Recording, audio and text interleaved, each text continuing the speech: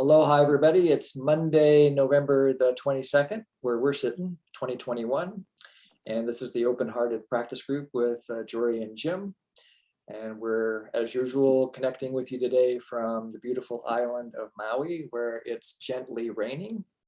And hopefully we'll have a stable internet. If we disappear, please don't take it personally. It just means we live in the middle of nowhere.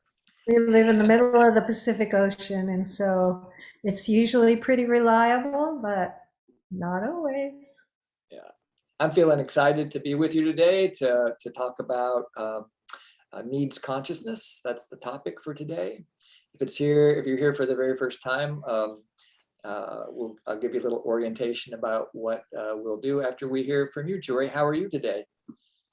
I am feeling energized and excited to be here. I have more energy than I've had in the last few weeks.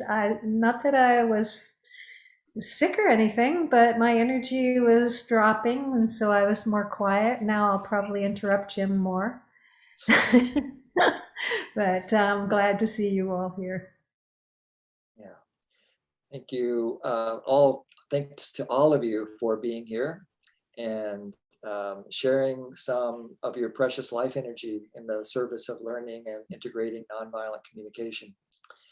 What we do here is practice. It's a practice group, not an empathy group. Some folks have empathy groups. This is not one of those. So this is the bus that says, if you imagine we're all getting into a big bus, this is the one that says practice on the big placard at the front of the bus.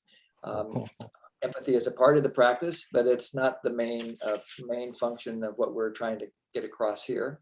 The way we practice is using what Marshall Rosenberg, the founder of nonviolent communication, called the 3 modes of nonviolent communication. We'll start in just a moment with mode number 1, which is self-connection or self-empathy.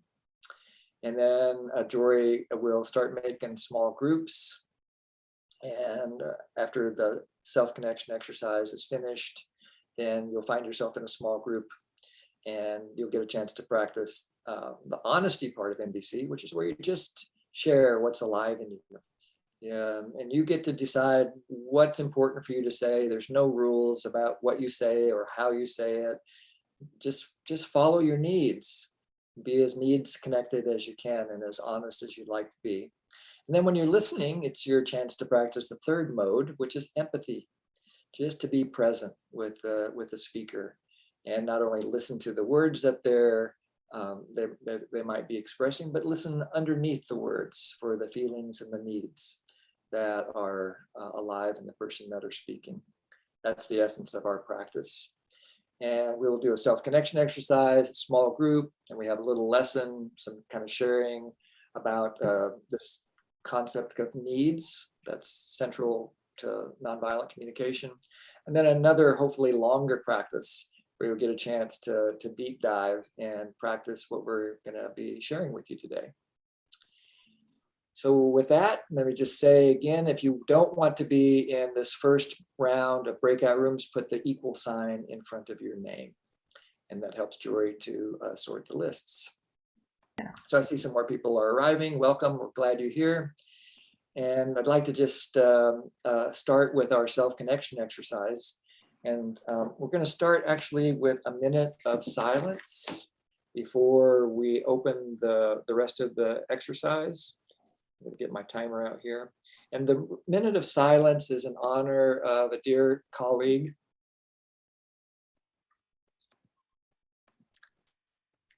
Robert Gonzalez, who was one of my first NVC trainers more than 20 years ago. Yeah, and our assessor as well. So our assessor. Yeah. And Robert died this past weekend. And so I'd just like to take 1 minute to honor him.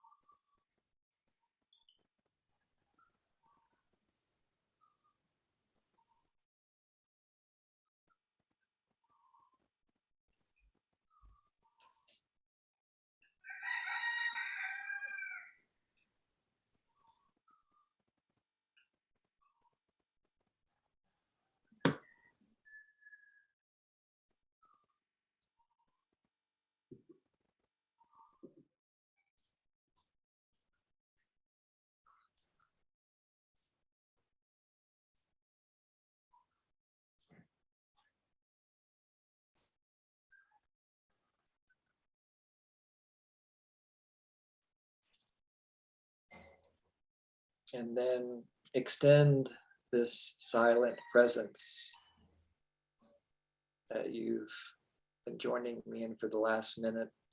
Extend it to all those that you care about that might have made that same journey that Robert is in the middle of now. And wish them well. Send them love.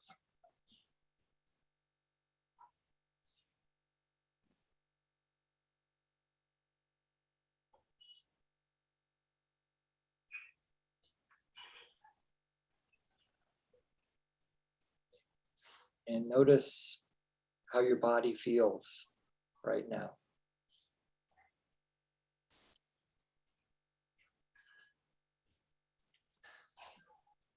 Pay particularly close attention to any sensations that you notice in your body.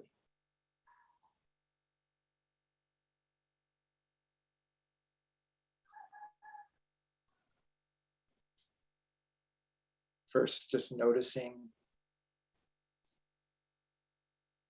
and it can be helpful to name your sensations. So you might notice a vibration or a tingle or some pain or something open or relaxed, constricted. First, notice, then name.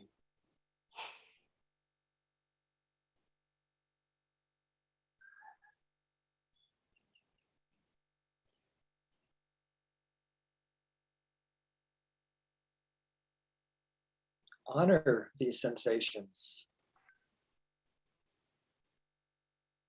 Maybe even thank your body for giving you this information. You may also become aware of emotions.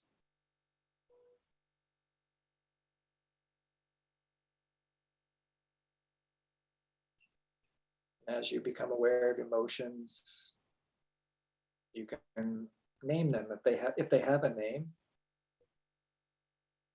If they don't have a name, you can just feel the feeling. And maybe a name will come to you.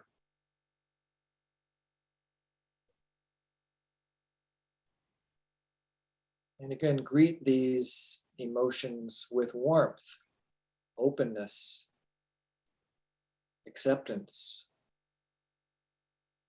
maybe even gratitude.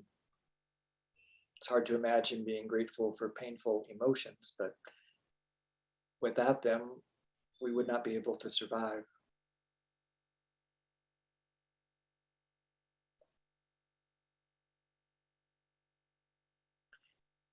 So these sensations and emotions are feelings, and they give us important information about our needs, what's important to us. So take a moment to consider what motivates you to be here on this call today. There's 10,000 things you could be doing, and you're choosing to be here. Why? Why is this important to you?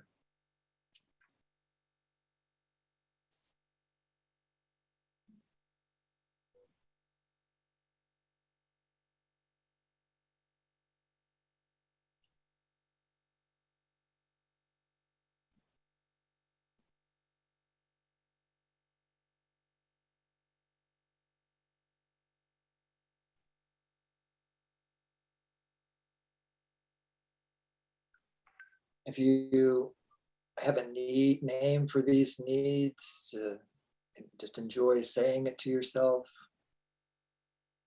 savoring the need, appreciating that you have these needs, where they truly make life possible.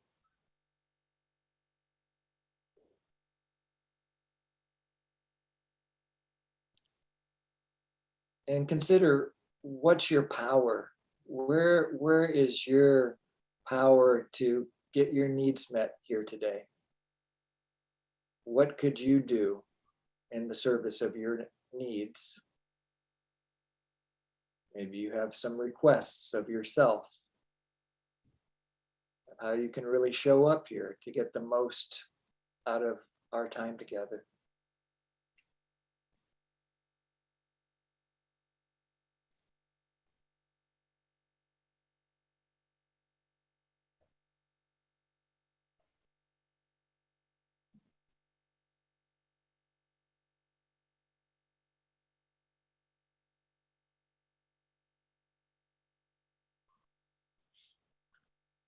So we're going to transition into small groups. Just a moment. So if your eyes have been closed, you can let them open when you're ready. And look how we've grown since the last time I had my eyes open. So we have 64 people here.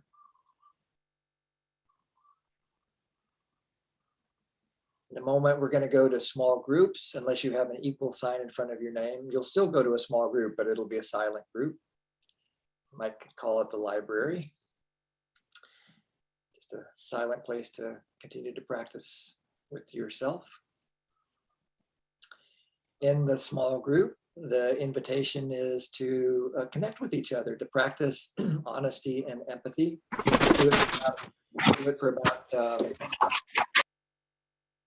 We'll do it for about 10 minutes. So Jory's going to do her best to make groups of 3. We might end up with some groups of 2 or 4. So everybody have about 3 minutes to check in, to say what's alive in you. How are you feeling? What are you needing? What's going on for you about that exercise, if anything? And what do you need to say in order to fully land here in the class? Like I said, we'll do it for about 10 minutes. Those of you who have arrived after Jory started making the groups, we'll adjust the groups. So Jory, make sure you add some extra rooms and set the timer for 9 minutes. And whenever you're ready, Jory, you can open the groups, and I'll wait here in case any new. Yeah, one big swoop. All right. Okay, welcome back. So I'd love to hear from anybody who would like to share anything about how you are right now, having been here for what we've done so far. Anything anyone wants to share? I think there's too many faces to see my hand there. Lisa speaking. Yeah, we had a great session. It was very inspiring because 2 of us had the same idea, that in honor of Robert, that perhaps giving you all the job to connect NVC Academy and ask them to offer as a part of a fundraiser one of his courses. You know, sometimes they do at half price or something. And the one I was looking at, because I was inspired, I created this practice that I'm going to facilitate tonight. And the 3 qualities I'm going to be using is from Pathways to Liberation for the exercise, and presence, observation, and returning to yourself, recovering from reactivity. And then when I heard of Robert, I thought it would be wonderful to also have a meditation with qualities that represent him. And I see he has a course called Clarity, Compassion, and Empowerment. So I would love access to that. And then I would, in my next session, offer that to my class. Yeah. Lovely. Thank you. And thank you for what you're doing, offering NVC to the world. Thank you. And I see one hand up, Renee, who's sleepy in Philadelphia. Always. I just want to express my appreciation and gratitude to be able to be here tonight with people who have memories of Robert. He was one of my first teachers and really the reason why I practice and teach NVC and why I'm even here. And he gave me the heart and the soul of NVC. And I'm just so grateful. I just found the news out this afternoon at my time, and I'm grateful to be able to come here and be in this space with everyone here. So thank you. Thank you. Thank you for showing up and being part of this. And thank you, Jim, for taking the time for us to sit with Robert's loss.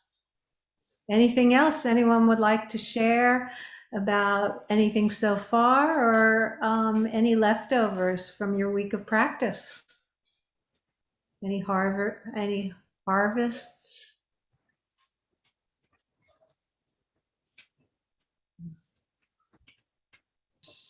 Okay. Especially if you had anything that you might consider like a breakthrough, like you tried NVC in a new way and something happened that you're celebrating, or maybe something happened and it didn't work out the way you'd like. But anything you'd like to say about your what happens between Tuesday and the next class here today. And if you don't know how to raise your hand, you do that on the bottom under the reactions button. If you click on that little button, there's a place where you can raise your hand. And Harmony has her hand up. Go ahead. Yeah, I had a breakthrough that I really, it was a difficult situation. I don't want to get too much into the situation, but just the fact that when I was confronted, I utilized silence. And because you guys are highlighting some silence today in regards to Robert, it's also powerful to use when you are confronted in a difficult moment, to use silence, because it was very effective. So I'm celebrating my ability to pause from reaction. Thank you. I celebrate that with you. Thank you for sharing. Yeah. And Holly, you want to share something? Yes, I meet together here with Nike, who's also on this call, and we meet and talk about our practice during the week.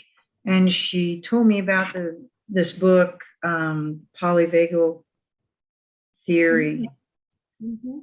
And one of the things I've been working with, so I ordered the book and started reading it, and I know about it a little bit, but not much. But in reading the book, I'm especially becoming appreciative of my reactivity, and that when danger, that my neurobiology, when it perceives danger and it's below consciousness, I'm reacting before I even have a choice.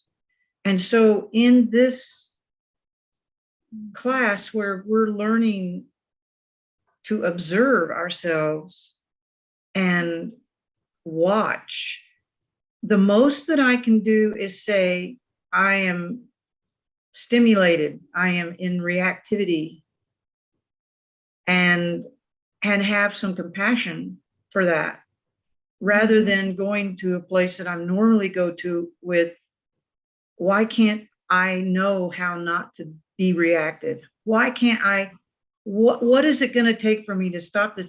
Well, this is neurobiology. I have no choice on this. My body's just doing what it does. So I really love the practices that we're doing, because it is broadening my ability to observe and just watch and have compassion for what's going on with me. So thank you. And to be kind to yourself and acknowledge yourself like you would someone you care about, and become someone that you really care about in your actions. Beautiful. Thank you, Holly. You complete? Yeah, I guess you are. You muted. And we'll go to Katie. Yes, hi. I am celebrating tonight because NVC is really helping me in my daily life today. My daughter is very sick, so I had to make something. I'm making something for her. And I didn't turn it, I thought I turned off the stove, but it didn't. And so it got burnt. And then I was putting the ingredients, and then it spilled all over the stove. And usually I would go to automatically just like, oh, you're so stupid. Like, you can't do anything right. But I didn't do that. Yeah. I didn't do it. I was like, I am not, I don't know. I normally would. And I was so shocked that I was just cleaning up, making enough, just fixing, not fixing, but making it, trying to make it the best I can with Right. even when it was burnt. And Right. I really appreciate that it's getting in, it's getting in the practices. Right. That you would treat yourself with that level of kindness. Yeah, I'm Ah, very grateful. ah. Thank you. I'm very grateful too. Thank you for doing that. I actually find that to be a gift that you are doing that for yourself. It's so beautiful. Thank you, Katie. Ah, and Sarah? Hello. I just want to relate to what happened. Usually, when I get ignored for my messages, I feel quite anxious. And then suddenly, I think it was probably yesterday, I suddenly realized that, oh, I should actually voice out my needs instead of just keeping the emotions inside me. So I actually said something like, I need empathy, I need a listening ear, something like I start to acknowledge my needs instead of just waiting for people to respond. And the response I got was, stop being a ninny, So, and usually when this kind of things happen, I will feel, oh, okay, I should just shut up. I shouldn't say anything more. But this time, I felt that I knew how to go back to my own self and give myself kind of a space in my heart. Mm-hmm. And I didn't feel offended. And I acknowledge the fact that, okay, I know that you may be busy, but I wish to like kind of establish some kind of communication grounds, just to make things like amicable instead of every time we are just responding in violence, in responding in kind of like frustration. So the part about voicing my need was something that I felt that I suddenly knew how to do it. Thank you. Oh, yay.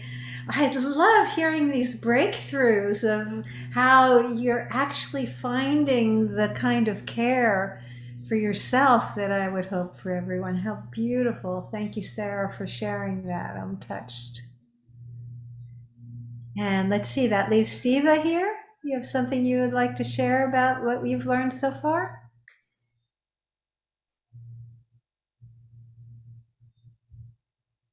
Or any celebrations? Yes, celebration. Yes, many celebrations. But today, I was in in another class that a rabbi is giving, and where the Torah is divided into sections. This class is the sort of the spirituality behind what other spiritual rabbis are reading into the parsha, the portion. And here's what I learned today that I think is very, very NVC-ish.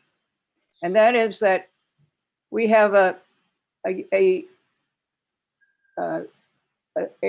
good inclination, and human beings also have a bad inclination.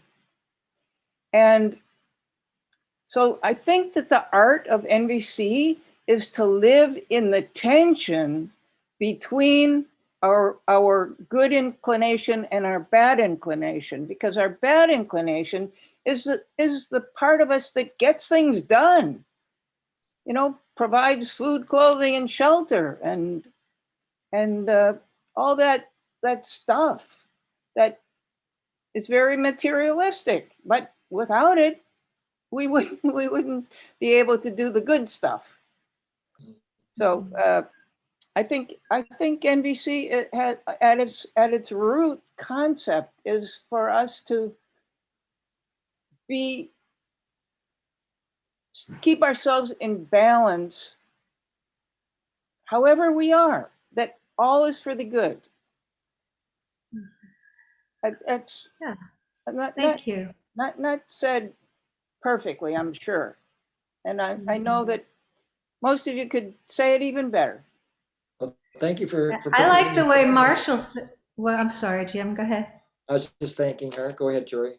Yeah, I like the way Marshall put it. There is a field beyond right doing and wrongdoing. I'll meet you there. And that for me is one of the key pieces around nonviolent communication. And today we're talking about needs consciousness. And for me, the concept, it started as just a concept, but it's actually deeper inside of me at this point. But the concept of needs, when I heard Marshall speak of that, when I first met him, and that was like 20 some odd years ago. Is that true, Jim? Let's see. Oh my God, is it that much? 21 years ago this month. I just shocked myself saying that number. How long ago it was. It just, when he started talking about the concept of needs, it was like this window opened up and the breeze came in and I went, oh my God, I never had that idea before. That whole concept was life-changing, that everything we do is in the service of needs. The reality is that we may or may not be fulfilling our needs in the way we would hope all the time. You know, you don't know what's going to meet your needs until you actually try something. But just having that understanding that we have this shared humanity and we have this shared capacity to connect to those values, it was transforming for me and continues to be transforming, because every time I move through the world and something comes up and maybe there's a jarring sensation, or actually even when it's a celebration, I can connect deeper and deeper into the meaning of it because I connect to needs. I wonder if there's more you would like to say about needs before we move forward, Jim? Yeah, let me just share my screen with folks. So those of you who have been with us for the last few weeks know we've been covering what are called the 28 skills of the Pathways to Liberation, or matrix of self-assessment. And today we're working on this one that Jory just mentioned, needs consciousness. And when we were working on the matrix, we defined this as the awareness of and the willingness to honor needs, the essential, universal, elemental qualities of life. And we'll be diving deeply into that today. And the hope is to support you on your own journey to integrate this consciousness more deeply into your own direct experience. And part of the way when we set up the matrix is we tried to look at what it would be like at various stages of understanding any of these skills. And so when there was a time when none of us had ever heard of this concept of needs consciousness. We weren't aware that there was a thing called universal needs, and we certainly didn't know anything about a distinction between strategies and needs. And so the result of that is that we often get kind of graspy, or we live in a world of scarcity or moral judgment and so forth. And then at some point we awaken, we get clear on this skill. And it might start with like an intellectual aha. Oh yeah, that's what happened for me in that workshop Jory was talking about when Marshall first awakened us to this idea of needs. It was in a mediation workshop, and I thought, aha, that's how come some of these mediations are going well and other ones are not going well at others, because in some I'm focusing on these universal qualities, and others I'm stuck trying to help people navigate a conflict at the strategic level, at the strategy level. That was like this huge transformative aha. And then Jory and I just set up a practice. That's why we've continued. We've had practice groups every week in our lives now for 21 years. And that's because we need it. We're really doing it because we need to keep reminding ourselves of these skills in order to become more capable. And so after 21 years of practice, I've become pretty darn capable with understanding this concept of needs consciousness. And in fact, sometimes I behave in an integrated way, which means that it's really clear for me that everybody's doing the best they can to get their needs met, no matter what's going on. And so we got a practice that we got designed for you today that's going to help you to discover where you are in your own process and to make some progress on your pathway. And it begins with a written exercise. Those of you who have been here before know that we often start with a little bit of writing. And the first prompt is just to make a list of 4 people that you'd like to practice with today in your own imagination. And so to make a list of 4 people, the first one being an intimate friend. And what I mean by an intimate friend, it could be a romantic relationship, maybe it would be Jory for me or me for Jory, or maybe it's your lifelong best friend, or maybe it's your current empathy buddy, something like that. So just write down the first name that you would really like to connect with today to savor an intimate friend. Secondly, pick somebody that's an acquaintance. This might be a colleague at work, a neighbor, maybe a familiar person that lives in your neighborhood or your building, maybe a friend, but not an intimate friend. And just write down their name. And then the third category is a stranger. So you won't know their name, but you might just say, this guy I saw driving in his car the other day, or whatever. Just pick somebody. You'll probably never see this person again, but they're in your memory. So we're gonna practice with them. And the fourth category is an enemy. And I put that in quotes, and you'll understand that as we go. Another way of looking at it is a person that challenges you somehow in your life. Somebody that you find yourself getting triggered with. And when you finish that list, add a 5th name, which is you. So you'll be practicing today with 5 people.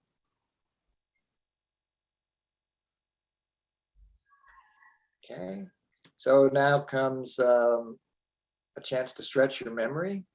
Write down a behavior that impacted you for each person on your list. And so when I say impact, it doesn't necessarily mean that it was hard or painful or they didn't do anything wrong or bad.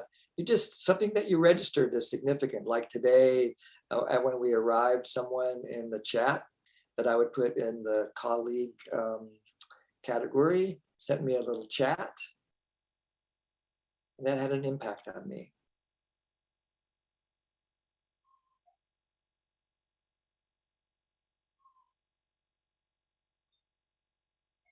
So the idea here is that you write down just a brief description of what this person did that had an impact on you. So you'll end up with, including yourself, 5 sentences, and I'll be quiet for about 5 minutes while you do some writing.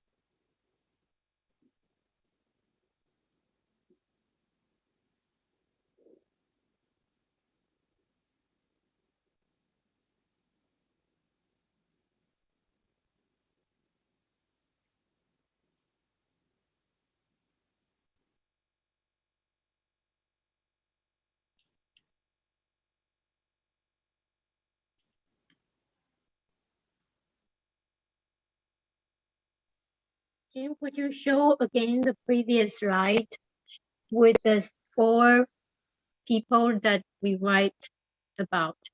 Thank you.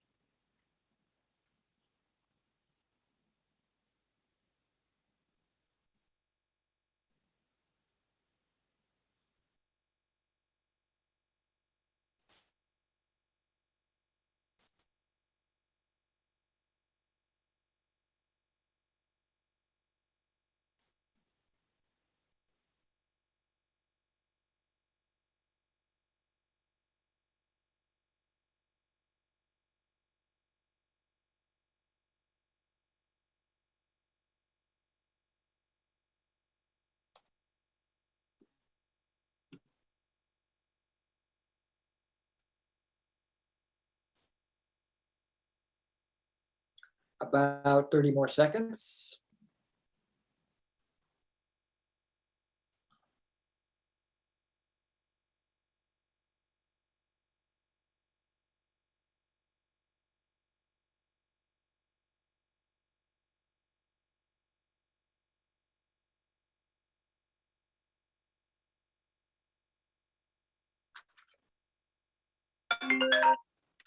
Okay, so if you're not done yet, that's fine. Just keep working on it again. I'm going to give a little guidance to the folks that have finished. So look at what you wrote. And those of you who have been with us might remember the distinction between an observation, which is just a description of a behavior or something, and an evaluation, which is an opinion about that behavior.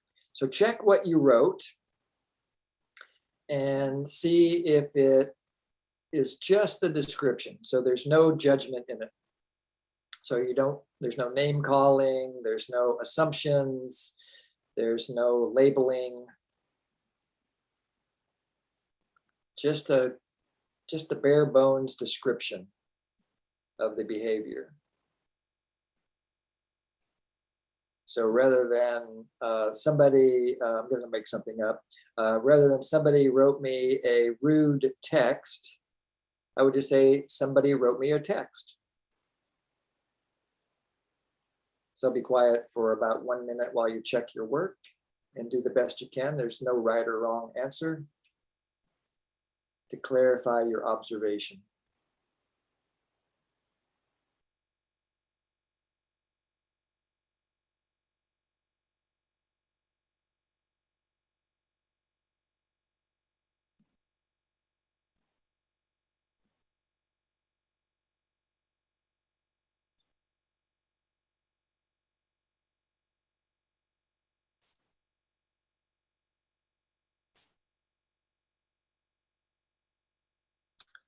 Okay.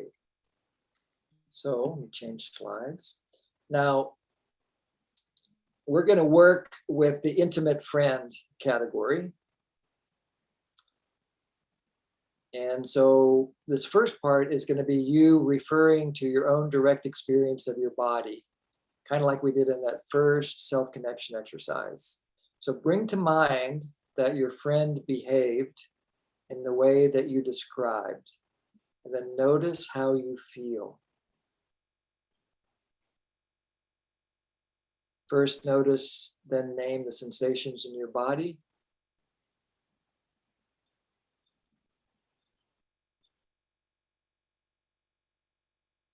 Then notice and name any emotions that arise.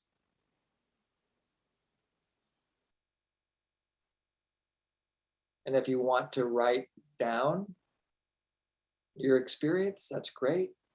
But the most important thing is that you notice it and that you name it for yourself. So I'll be quiet for about 1 minute while you just stay with your body, practicing presence with your own feelings.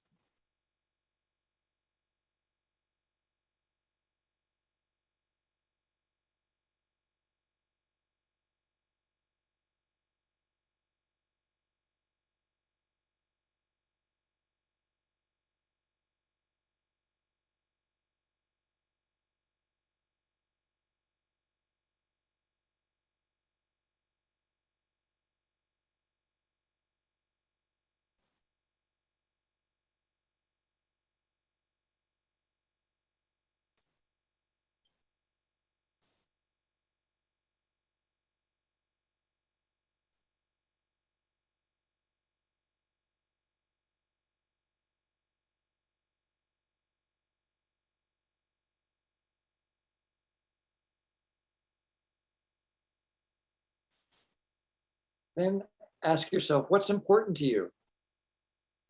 You said it had an impact on you. Something registered. Why? Why did it register? What's important to you?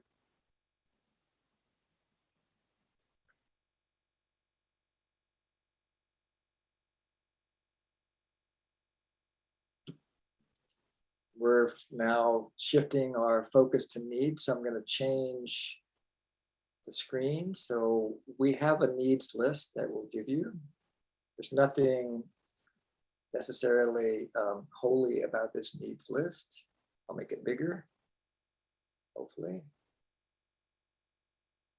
It'll take me a second here. There we go.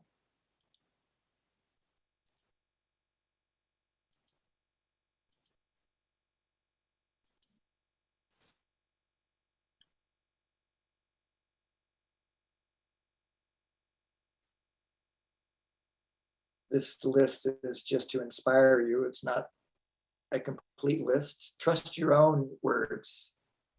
Don't trust our words.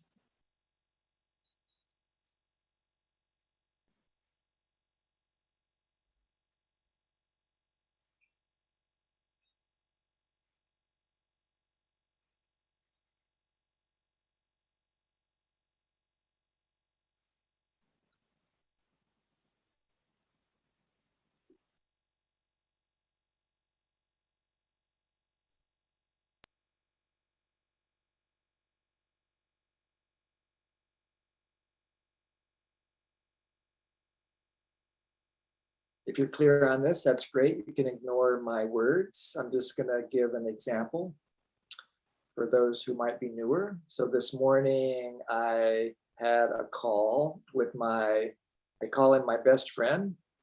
That's another trainer named River Donovan. And I've known him for more than 40 years. And so River, the observation is River and I had our weekly empathy call. And so the behavior is he showed up for our call. And when I recall that, I just feel so warm and grateful and happy because it really supports empathy and honesty for me. It supports a sense of like shared understanding, growth, celebration.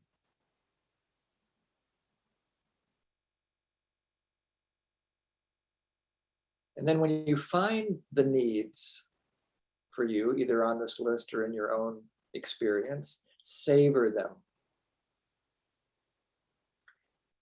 Savoring is usually a word that we associate with enjoying a fine meal or a glass of wine or something like that. But simply it means to notice that you're experiencing pleasure or something that you enjoy, and extend in a mindful way your experience of that enjoyment. Like enjoying something delicious. This need energy is a delicious source of spiritual nutrition.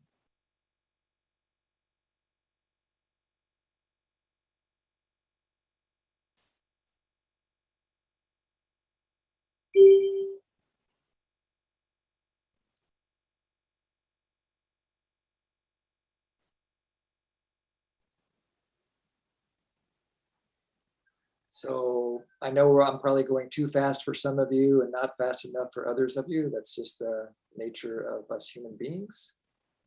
So the next step is we're going to shift what you've been doing. You may not even, some of you realize it, but some of you might not know that you've been practicing self-empathy, focusing your consciousness of needs on yourself.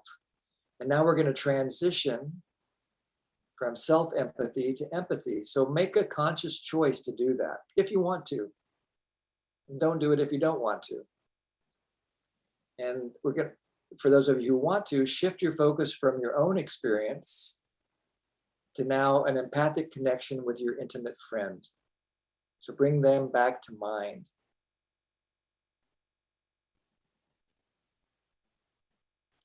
And recall the behavior again. So I'm thinking about River, thinking about him showing up at our call, what he looked like on my Zoom screen,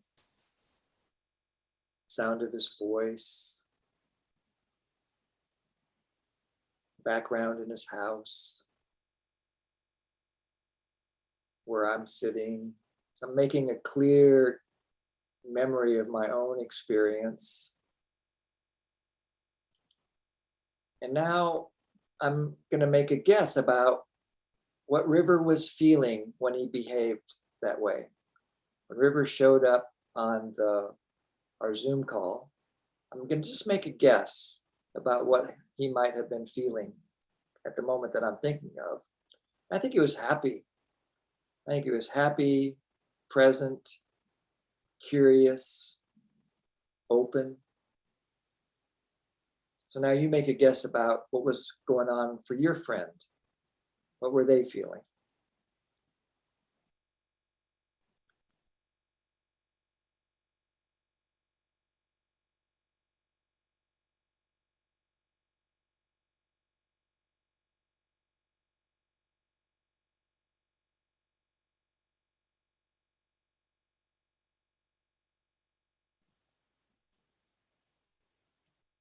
And then you can already intuit the next step. What's your guess about what motivated their behavior? So I'm guessing River came because he had a need for connection, friendship, fun, mutual learning. What's your guess about what motivated your friend to do what they did?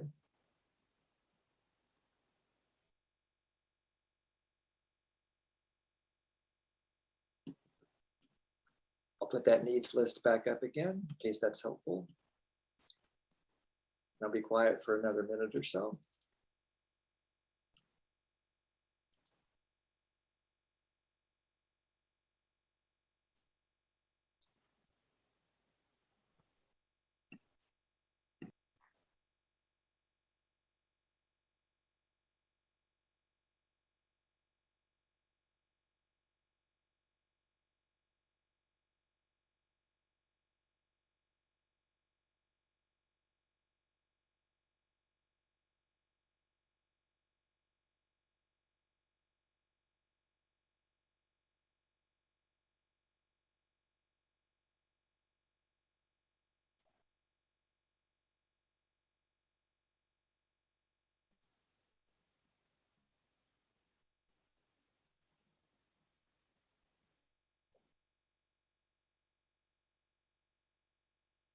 About 30 more seconds for this step.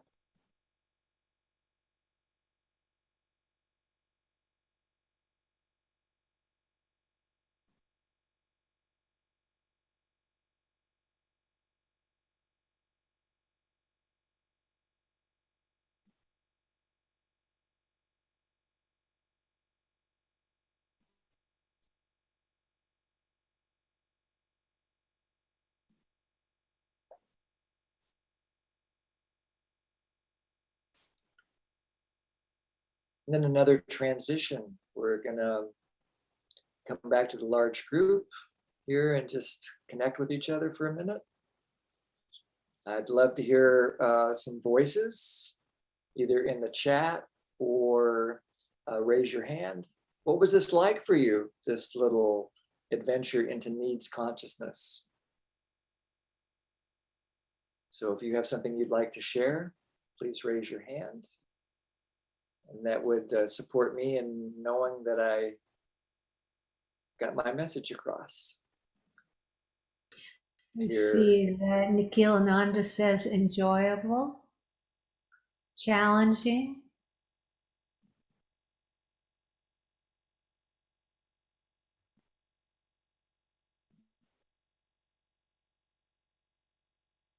Everybody else is stunned, I guess.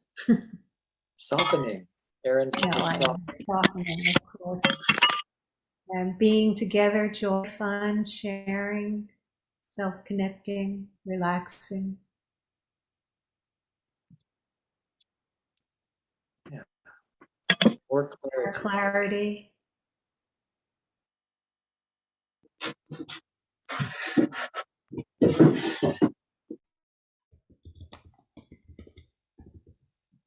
Sarah said it was difficult. I would expect it to be difficult, especially if it's if you're relatively new. This is not something like Jory's email said. Did any of you go to Needs 101? No, I don't think there was such a thing as Needs 101. This is it. And Kong says, very sweet. I realized I was playing around and singing because I wanted safety. If I seriously expressed my love, I'm afraid I'd be turned away. And I realized the other person, when they tried to tell me to stop singing, they probably wanted the same deep connection. Wow. Sweet. And, beautiful insight. and Sudha writes, revealing and therefore helpful. A helpful process, though not easy. Mm-hmm. Deeper in relationship with the other, connected. Love and care. Deeper self-connecting, connecting with the deep currents of life, feeling vivid and compassionate. Any questions about what we've done so far? Because you're about to go to small groups and practice it some more without us here. So if you got questions, you can ask us now. And you might want to check your list, Jim, because someone just wrote me a private message saying a message saying they're tired and going to sleep. So make sure you have people. Okay. I'll have to adjust the groups in just a second. Okay. Tenderness for self and others made me understand my needs and the others better. Not seeing any questions. So okay. I'm going to share my screen with you again and share what your practice is going to be in small groups.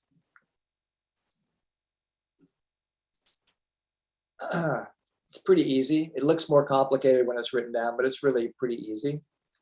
You're going to go to small groups. The groups are going to be 3. And so there'll be one person will be the explorer. That means that you're going to be the one talking, practicing the honesty part. And the other 2 people in your group will be the empaths, silent empathy. And you're going to start by talking about the second person on your list, the acquaintance. And you're just going to do what we just did, skipping the self-empathy part, but just doing the empathy part. So you're going to state the observation, what is the behavior that you saw or heard, and then you're going to guess the feelings and needs that motivated the behavior. And just for clarity, when you do the observation, try and keep it to maybe 5-10 words at the most, so that part's really short, just enough so they can make a little picture of it. And then the listeners are just listening with silent empathy. But if their explorer makes a request like, I'm really stuck, I can't figure out why they did that, then maybe your group members will have some guesses. And so you can utilize that. You'll have 3 brains, probably, maybe 4, maybe 2, but at least you won't be by yourself. And then when you're finished with your guest, your round, then the next person also does the acquaintance. And you follow the same thing. The next person becomes a new explorer and state the observation, guess the feelings and needs, get support if you want. Then you do the third person, still working with the acquaintance.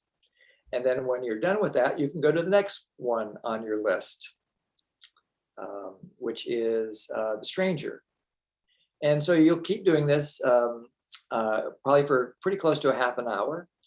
And so you should have time, hopefully, to do all 4. But you might have some challenges as you get into it. Just do the best you can. Quality of connection is more important than quantity.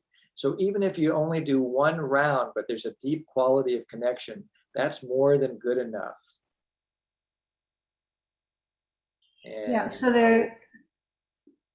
there's a question in the chat about choosing which category we practice, that you're welcome to just do that. Just pick one category for yourself and then let everybody else pick. And then you'll have perhaps the opportunity to go to a second one, but one at a time for everybody.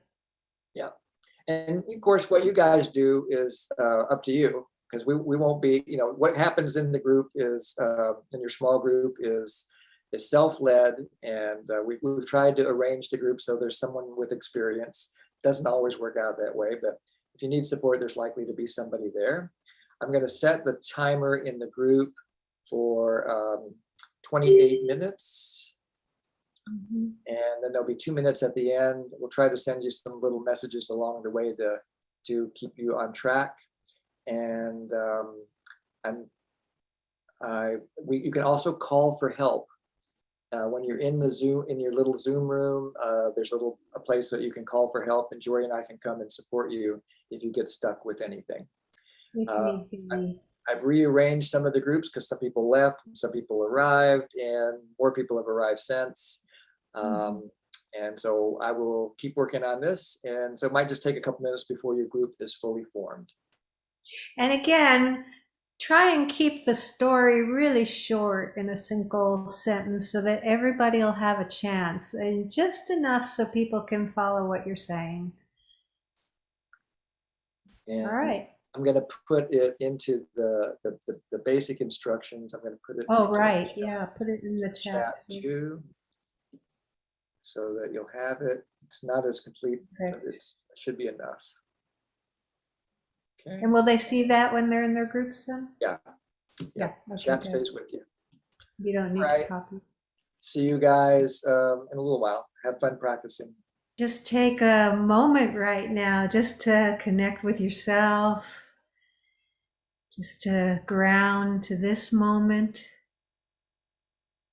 and consider your own experience, having shared what you've shared, heard what you heard.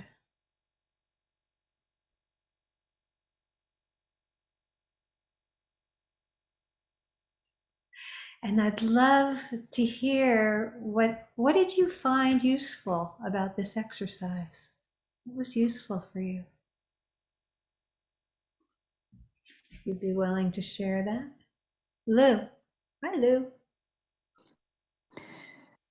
Hi, Jory.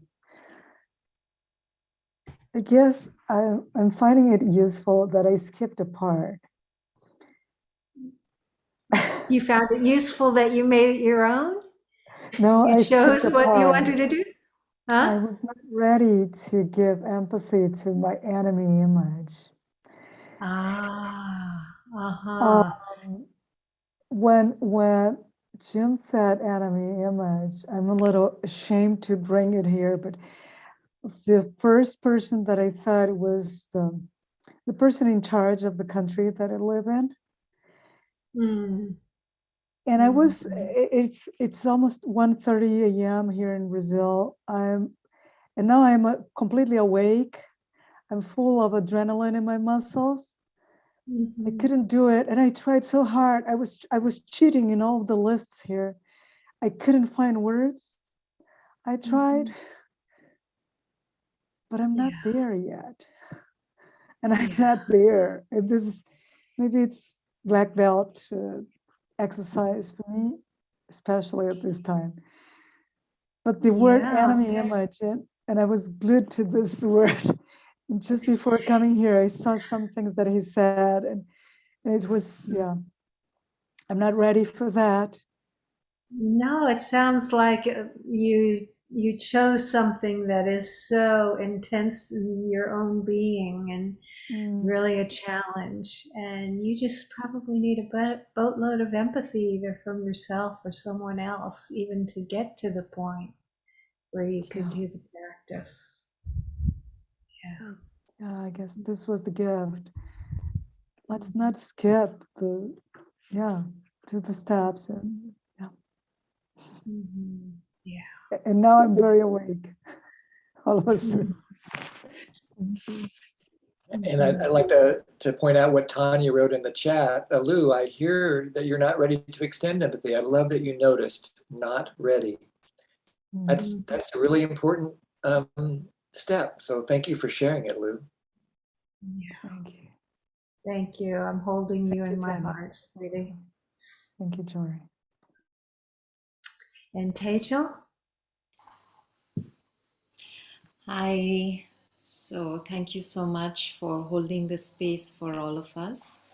And what I found very interesting in this practice is that in my Buddhist practice, we do many times like the practice of 4 immeasurables, where you send out love, compassion, equanimity, and rejoicing to these categories of people.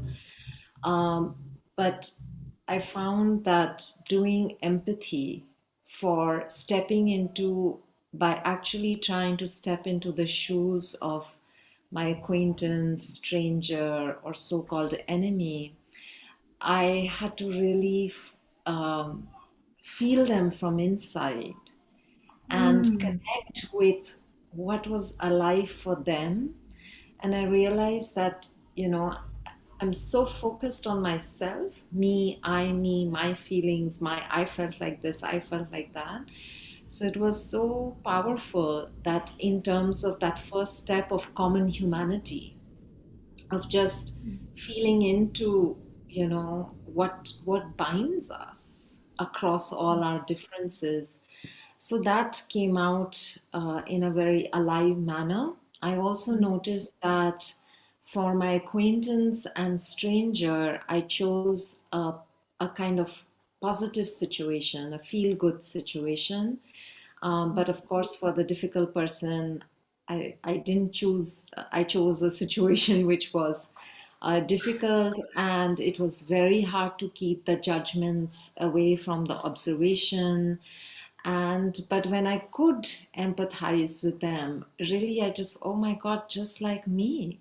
In fact, we were both probably having the same needs, but just, yeah. So that was very good. And what was very good is, I'm guessing that we were 3 people in my group.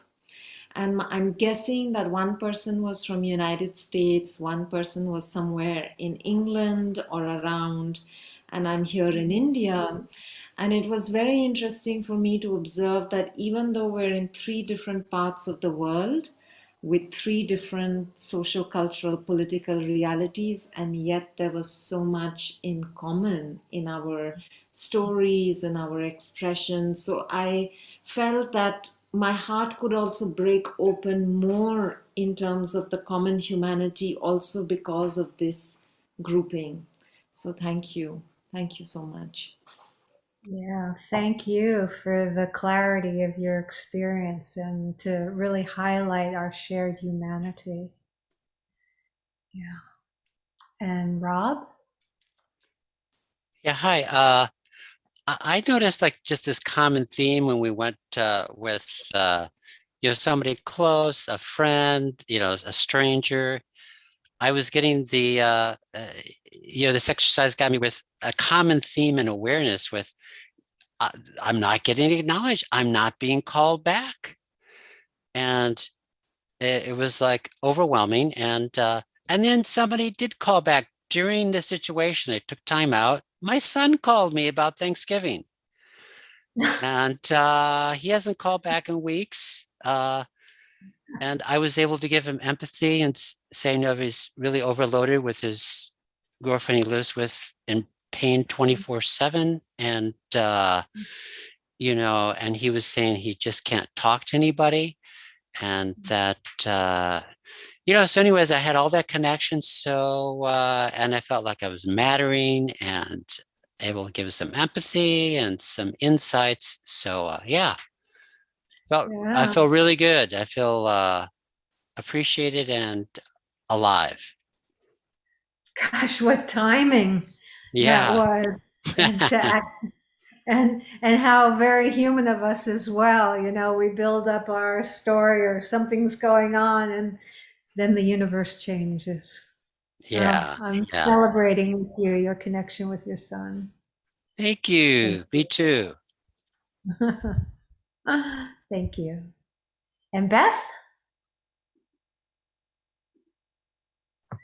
Yeah, I'm always happy to see Tanya in what she's contributed. And she was helping sort out needs and strategies, kind of like, okay, that's a need, that's a strategy. And I really appreciated that part. And Tanya, I'm going to ask you to unmute and give that terminology that you were talking about with the mushrooms and the undergrowth part. Yeah, such an important distinction. Thank you. Yeah, go ahead, Tanya. Where are you? Oh, so what Beth was referring at the end, we were sort of talking about, because both Beth and our other partner had their stranger one was acknowledging the work that the stranger was doing. And so I just said that we live on the kindness of others. We exist on the kindness of others. And I said, that's sort of like the mycelium network underground. And then the people are the mushrooms popping up at the surface, but there's this underlying kindness, network of kindness that's actually how we live. And it's not transactional. I give you money and you give me a sandwich. I received the sandwich out of your kindness. That was it. That's so cool. I love that analogy. Thank you. And Is then we have Zohar. Oh, if you're talking so hard, there you go. There you go. Okay. So first of all, I want to say thank you for my group members. I felt like we were really deepening in the process. And I want to share that something that we agreed on when we talked about that, even though it was easy for us to guess what were the needs and the motivation of the other person,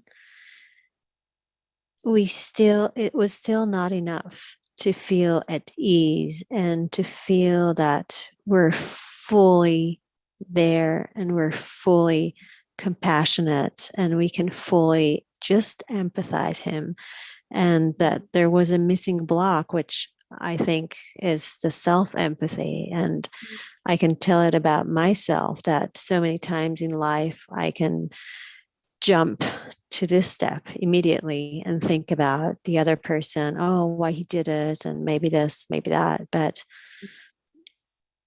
I won't feel fully resolved because I didn't offer myself that same empathy. Right. How important that is. It's so clear. We use the analogy, put the oxygen mask on yourself, before assisting others. And yeah, it sounds like you needed more oxygen in that. Yeah. Yeah. What a great awareness that you've just shared. Just even to recognize that, and then you have choice to go back to focusing on yourself before you move forward toward your attention, put your attention towards someone else. Yeah. And sometimes it feels like a contradictory. Like if I will give somebody else empathy, like if I will give myself the empathy, then I will not be able to empathize the other person because of the conflict. So if you give you, so if you're giving yourself empathy, you're actually connecting to your own heart. That limits you in some way.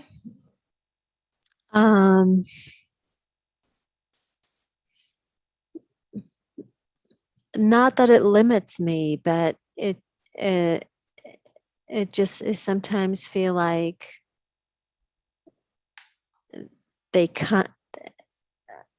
I can't be in those two directions at the same time. And maybe it's like what Lou said just before, that maybe it means that I need more time, that I'm not ready, that I need maybe years of just self-empathy before I can empathize somebody else in a We can't give what we have, what we need.